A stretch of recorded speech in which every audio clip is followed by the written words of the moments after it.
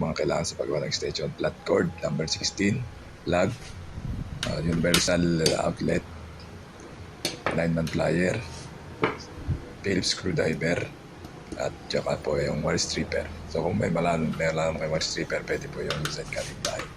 So una, buksan po natin yung outlet, tanggalin ang tornilyo. Ayan, ikot-ikot lang pakaliwa hanggang sa matanggal ang tornilyo. Ayan. Tapos po tanggalin yung dalawang tornilyo sa loob, yung terminal 1 tsaka terminal 2 na tornilyo. Ayan, ikot-ikot lang po pakaliwa para matanggal. Ikot-ikot lang po yan. Dahan lang po. Ayan. So pagkatanggal po ng dalawang tornilyo, natin pong ilalagay ng maingat para hindi mawala. Ayan, susunod daw ay balatan ng ating wire. Sa pagbabalat po niyan ay magbalat po tayo ng mga 3/4 to 1 inch gamit ang wire stripper.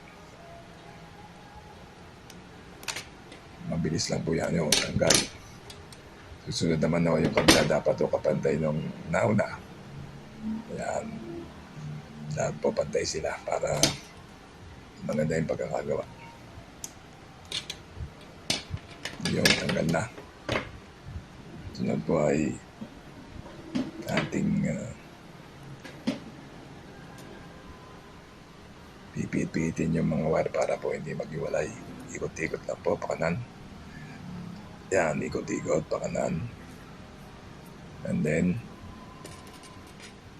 lalagay na natin yung tornilyo. Ang pag-ikot po ng wire ay clockwise para po sunod sa pasikip ng tornilyo. Yan po, inikot na. Tapos yung pong labis, ikot nyo.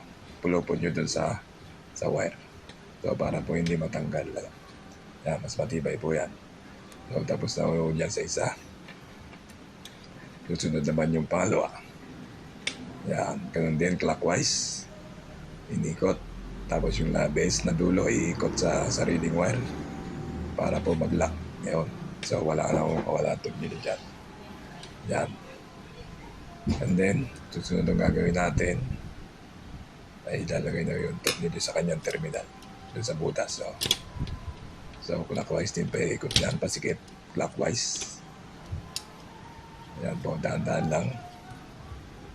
Ikot-ikot lang. Ikot-ikot. Ayan.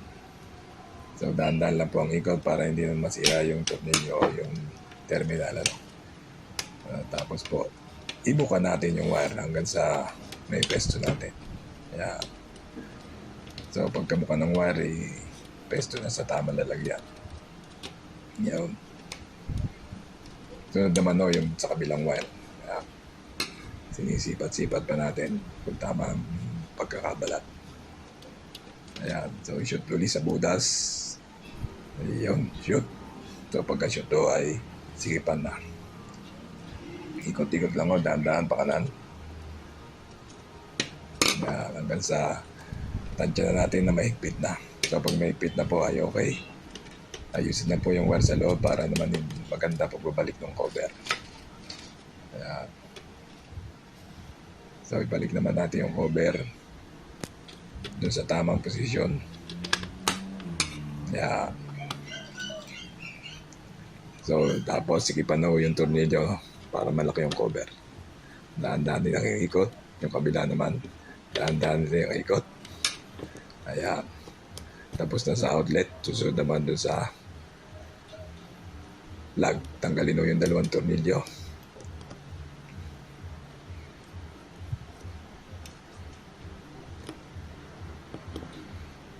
And then, pagkatanggal ng dalawang tornilyo, yan, sinisiguraduhan ko lang masikip yung naghahawak dun sa bakal. Ipasok ko itong kawat. Ipasok ko sa butas ng plug. Ayun, medyo masikip pa. Hindi may pasok. Ayusin ang konti. Ayan. Ayun, ikot-ikot lang para pumasok. Ayun. So pagkapasok na ho niyan, babalatan na natin ang 3/4 hanggang 1 inch. So doon po sa pinakandulo ng wire stripper. O kaya doon sa pangalawa sa dulo. So iangat lang ng konti, tanggal na ho yan. Ayun, ganun na kabilis yan. Tapos yung kabila naman, dapat kapareha mong haba ng kabilang balat. Then, gumamit ng wire stripper, tapos plies. So, kunting angat lang yan, tanggal na yan. Okay. Next. Naglinis pa. Ikot-ikot po ang wire para hindi maghiwalay. Ikot-ikot din yung kabila para hindi maghiwalay. Peso ng tornilyo. So, paglalagay ng wire ay clockwise. Ayun, para pag sisikip ay hindi luluwag yung wire. Yung dulo ay ikot-ikot din sa wire. Ganun din sa kabila, clockwise. And then yung labis, iikot sa sarili niya. Yan, para hindi kumalas paglalagay. Yan. So pagka ganyan nung ginawa nyo, hindi basta-basta kakalas yan. So kahit mahila yan, kahit mga ilang beses gamitin, subukan nyo yan, talagang tumatagal. Yan, pesto na yung isa.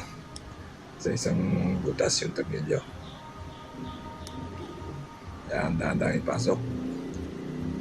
So medyo mahirap magpasok ano. Yan. So tingnan nyo naman, dahan-dahan ang ikot. So huwag nyo masyadong ibabaon muna.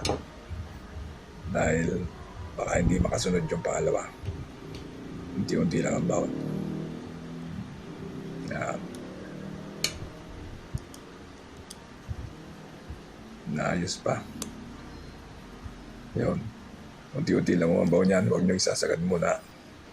Para yung paglalagay ng pangalawa hindi mahirap. Yan, yung sa pangalawa naman, konting ikot lang din. So,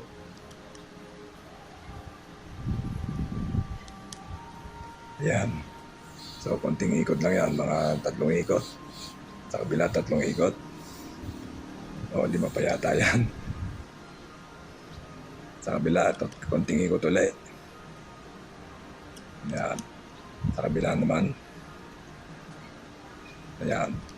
Hanggang sa magpantay sila ng sikip. So pag sigurado kayo masikip na, ay okay na po yan. Ano? Yan. So ganyan po ang paggawa ng simple pero matibay na extension cord.